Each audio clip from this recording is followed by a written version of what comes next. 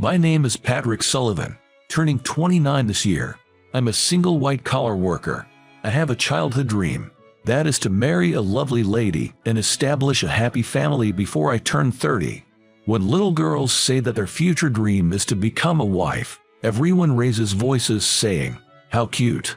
But I wonder why people get taken aback when a man like me puts my desire for marriage out in the open. My parents are as close as they could embarrass me. When I go home, they treat me almost as if I'm intruding. Watching such parents growing up, I came to sincerely wish to find my lifelong partner and marry soon. I was supposed to get married much earlier, but everything has ended in failure. I'm amazed by how strong your desire to get married is, Patrick, says my senior at work, Mike Anderson, as he smokes a cigarette in the smoking area. Mike and I work at a major printing company. Mike's in sales, and I'm in the design department. We're in different departments, but we're close enough to call each other buddies. I respond to his sales with my designs. I think we probably have similar sensibilities. We communicate well with each other, making work easier. Also, the tasks that Mike brings in are often challenging, providing me with good stimulation.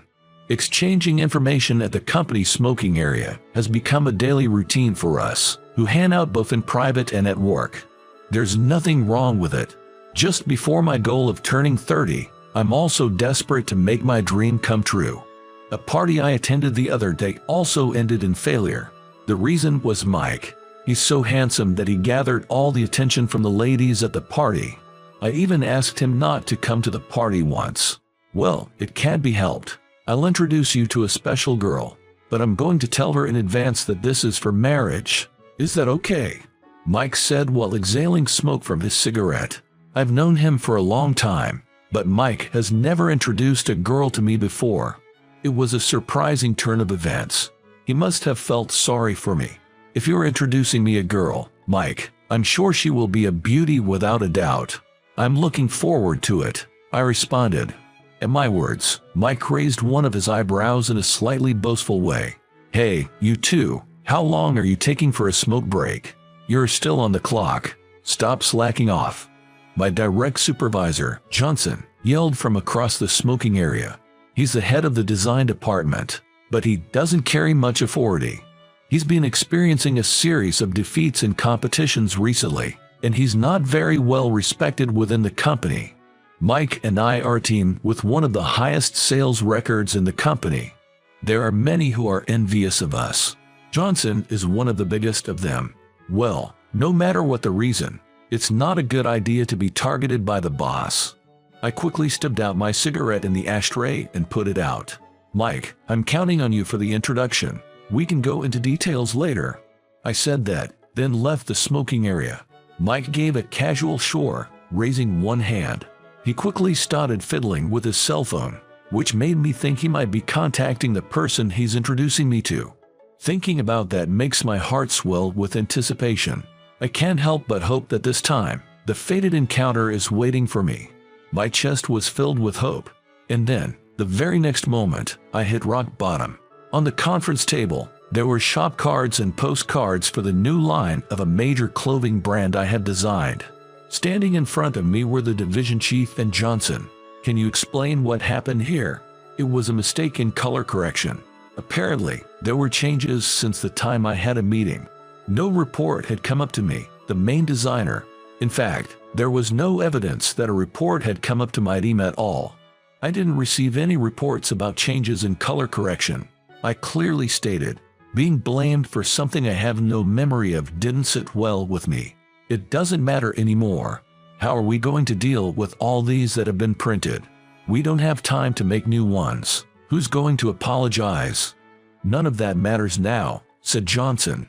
I thought, it does matter. But I also realized that we didn't have time to argue if we wanted to minimize the impact on the client. Regardless, our only option is to reprint. I insisted, but the printing presses. Johnson began. He was trying to say that the press wasn't available for reprinting. It was his job to sort that out. Just then, the conference room door was flung open. I got the printer. Hurry up with the design. Mike's head popped in through the door. He had apparently sprung into action as soon as he heard about the incident. What a reliable senior he is. Prompted by Mike's voice, I quickly grabbed the new color correction data and sample, then hurried to my team's desk. "You're going to take responsibility," Johnson shouted after me as I darted away, repeating it like a broken record. The fact that we managed to get the client to delay the delivery date by 2 days was all thanks to Mike's efforts. But Johnson seemed to be reporting all the credit to himself. It was typical, but still bothersome. The remaining issue was the misprinted deliveries. Who was going to take the fall for this error? It seemed to be me to take responsibility. That day, as I was frantically working on a new design, it seems Johnson reported to the upper management, including the director, that the error was due to my oversight as the team leader. Johnson insists that my signature was on the color correction document. By the way, that document is currently missing. Now that this whole commotion is over, I am being asked to voluntarily resign at a meeting in the CEO's office. Voluntary resignation. I couldn't help but repeat it in surprise. The reasons given were the extensive damages caused to the company and my inability to follow the basics: reporting, communication, and consultation. Even such trivial things were being nitpicked. Probably, as a result of Johnson reporting anything and everything to the higher-ups, it was decided that I was the culprit. By offering my head to the client, they aimed to sweep this mistake under the rug.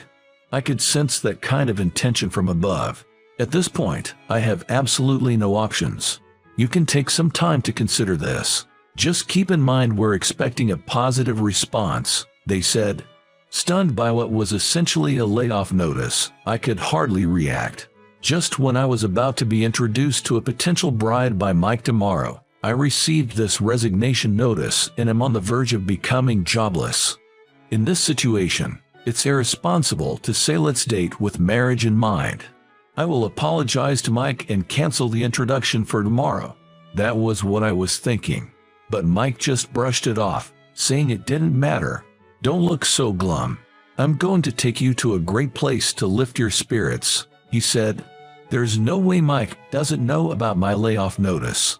Before I could refuse, Mike was grinning like a mischievous boy, arm over my shoulder. He practically dragged me to a certain location. It was a world I'd never stepped foot into. A night pool at a certain hotel. It's a popular place and requires reservations. Of course, no one under 18 is allowed. The lighting and music create a different atmosphere than during the day. Today, there's a DJ, so it's more upbeat rather than moody. There's alcohol, so it seems like the perfect place to forget my troubles. I've never been to a place like this before. I was overwhelmed by the sight unfolding before my eyes. Girls in revealing swimsuits were happily walking past. Just watching them was a feast for the eyes. I know you've got a lot on your plate, but just try to enjoy tonight. You can worry about everything else tomorrow. I figured that was his way of offering comfort. I'll think about tomorrow when it comes. I decided to enjoy the time being. Mike quickly disappeared somewhere, having been called over by a girl. The popular guys always have it good, wherever they are. I couldn't muster up the courage to approach any of the girls, let alone be approached by any of them. It was such a waste to just space out by the poolside. I decided to make the most out of the pool itself. I resolved to just swim. I love swimming, and being underwater was soothing. The strange sensation of swimming while listening to music and the sounds of excitement was oddly calming. At that moment, something colorful floated slowly towards me, stopping right before my nose. Picking it up with my fingers, I examined the object that had barely brushed my nose. It was a bikini top, and the moment I realized it, I felt as if my face was on fire. If it was here, that meant its owner was. I started looking around frantically, thinking she must be embarrassed. Then, a woman, only her head visible above the water, came up to me, her face flushed with embarrassment. That's mine." She hesitated, pointing at the bikini top I held in my hand. "Oh, sorry, it just floated over." I hurriedly handed her the bikini top. "Will you take responsibility for what you've seen?" she asked shyly, requesting I shield her back from view while she put her bikini top back on. Without a second thought, I hid her from view. My friend pushed me so hard on the water slide, I went flying. I was so scared. After putting her bikini top back on, she laughed at the memory. Her radiant smile was incredibly charming. "Mary, did you find it?" A voice, probably her friend's, called out to her from a distance.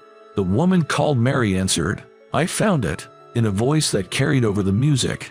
"Thanks, you saved me. You're quite the gentleman." She poked me in the forehead with a slender finger. Startled, I froze in place, and she chuckled softly. "See you," she said, leaving me frozen in place as she swam off towards her friends. I blankly watched her slender, white back as she swam away. "Oh, you've already met. That's her." "Oh, Mike, what do you mean?" Mike, who was squatting by the poolside with a cocktail in one hand, was even cool from a guy's perspective. "I was going to introduce you to her. Her name is Mary Newson." He told me that she was his childhood friend.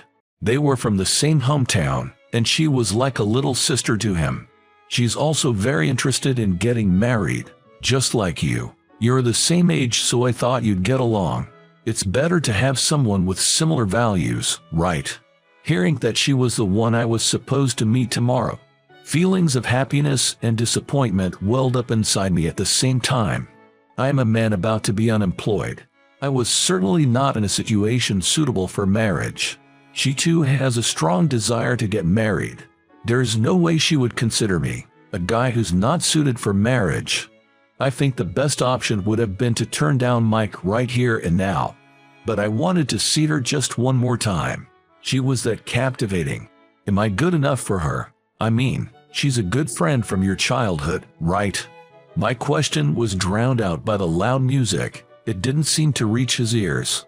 The next day, I headed to the designated Chinese restaurant. I was set to have lunch in a private room. It's a famous place for dim sum lunch, and you can't get in without a reservation. I'm grateful for Mike's connections. It seems I arrived first and was led to an empty private room. I was a bit nervous. Nothing has been officially decided about my situation yet. The company is insistent on it being a voluntary resignation. Either way, it's disappointing, but considering Mary's future, I should honestly convey this and decline. That's what I had decided in my heart. Your companion has arrived. I was told this quietly, and I straightened my back. My nervousness peaked. The woman who entered, making the sound of heels, was someone I had never seen before. She gave a small nod to the waiter and sat down on the chair. Watching her flowing movement, I felt she was used to being served. I was introduced by Mike. "My name is Mary Newson." She said this and smiled at me. She seemed like a woman with some kind of shadow, and her age was unclear. She seemed young, but also looked older than me. After finishing the drink order and the waiter left the private room, I raised my voice. "Excuse me, you aren't really Mary Newson, are you?" Then the woman who had been smiling gracefully until a moment ago clicked her tongue.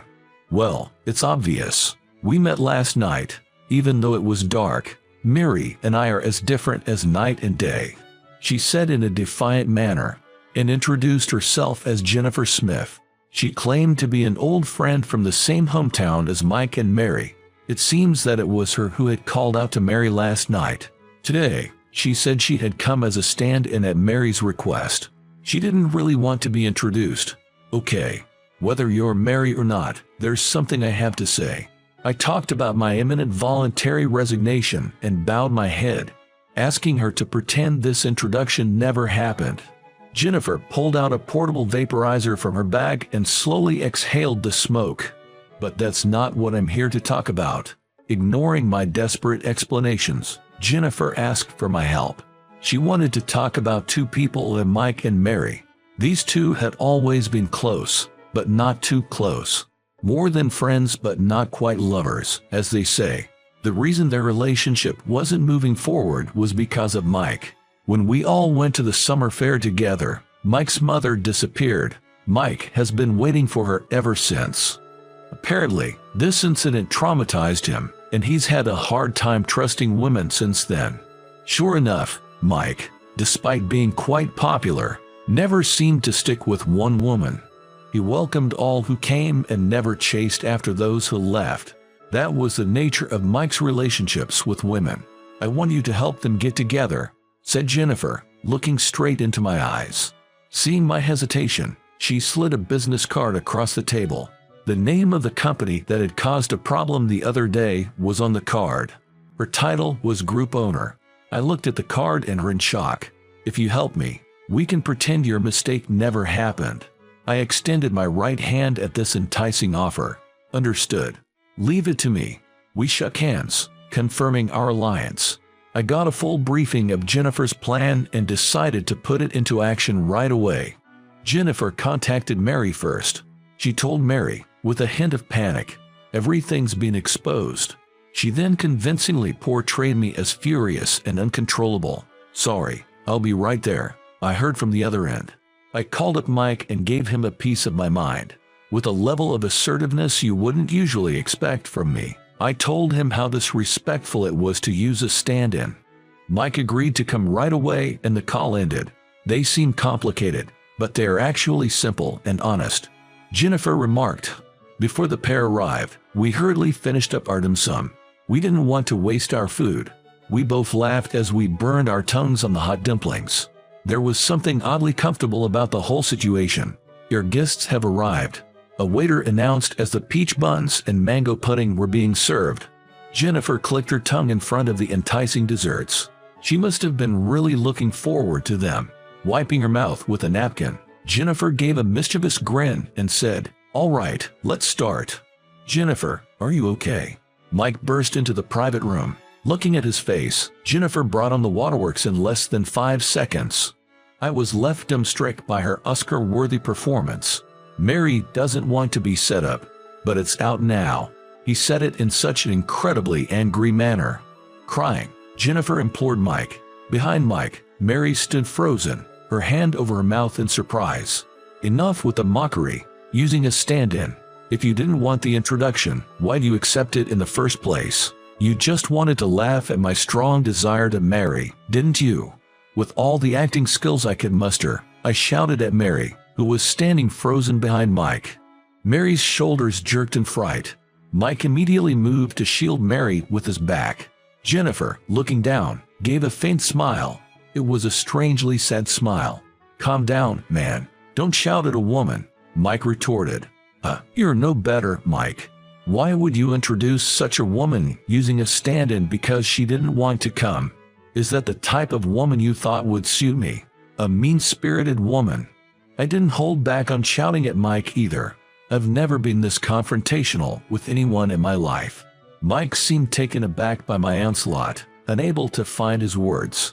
Perhaps because I'm usually so polite, he must have thought I was truly enraged today. "Mary, why don't you want the introduction? You want to get married, right? So why not me? Why do you dislike the introduction so much? It's so mean to use a stand-in." I tried to appeal to Mary, who was looking at me in fear from behind Mike. Her expression began to distort as if she was about to start crying. In the next moment, she bowed so deeply her forehead almost touched her knees. "I'm sorry. I thought that if I agreed to the introduction, Mike would stop it. I only pretended to be desperate for marriage in front of him. I didn't mean to hurt you." Tears spilled from Mary's eyes. "If you're in love with someone, please don't agree to any introductions. It's a nuisance." The moment I took a step towards Mary, Mike grabbed my collar. "Don't keep saying terrible things to Mary. I'm the one who brought up the introduction, not her. She did nothing wrong." I had to stand on tiptoes as tall Mike grabbed my collar. When I glanced at Jennifer, begging for help, she clenched her fist and silently mouthed, "Good luck." I wish she wouldn't make impossible demands. Just when I thought I might pass out from the strain, it was Mary who came to my rescue. "Mike, stop it. It's my fault. I should have refused the introduction when it came up. I thought you were testing me, so I went along with the introduction, intending to cause you trouble." Upon hearing Mary's confession, Mike let go of my collar. I fell back on my butt. "This is a big inconvenience to me, being used as a pawn. Mike, it's about time you gave in." The one who spoke to the bewildered Mike was Jennifer. It's a real nuisance to everyone that those two, obviously in love with each other, keep missing each other. Moreover, they're both so attractive. The fallout is extensive. Spurred by Jennifer's words, Mike reached out and held Mary's hand. Then, in a soft voice, he said, "Is it really okay if it's me?" It was a more juvenile voice than I'd ever heard from the Mike I knew. Mary, with a tearful smile, gently embraced Mike, saying, "Of course it is." It felt like Mike's clock had started ticking again from that summer festival night. "Now, please, go home, you two. We're going to eat some peach dumplings and mango pudding." Jennifer, who had burst into tears just 5 seconds ago, was already sitting back comfortably in her chair, smoking a hookah and crossing her legs. Seeing her like this, Mike quickly realized that this was all an act. Mary seemed to be savoring the happiness of confirming her mutual feelings with Mike, completely oblivious to the farce. "Patrick, sorry for all the trouble." "Thank you," Mike said over his shoulder, hugging Mary as they were about to leave the room. I waved a large hand, sending a silent best of luck as I saw them off. Once they were out of sight, I suddenly felt all the exhaustion flooding over me. "Jennifer, you had it pretty easy," I said with a side glance at Jennifer, who was enjoying her peach dumplings. "Don't be ridiculous. I lost something valuable. I'm the real victim here," Jennifer said with a straight face. Even I, oblivious as I am, could tell that she must have had feelings for Mike. "So, if you feel like consoling me, give me that mango pudding." "No way. I'm exhausted and I need something sweet too." So there we were, two heartbroken individuals, fighting over dessert. Timing is everything in marriage. "Just wait, and you'll find someone," Jennifer said as she punched my shoulder on the way out. I believe she was trying to cheer me up. "So, is it okay if I ask you out next time? I know a place that has amazing all-you-can-eat cake." At my words, Jennifer turned back with a surprised look and said, "I'll think about it and get back to you," laughing. Workplace trouble resolved. New potential love interest identified. I was sure that Jennifer would get back to me with a yes. I was absolutely certain of it.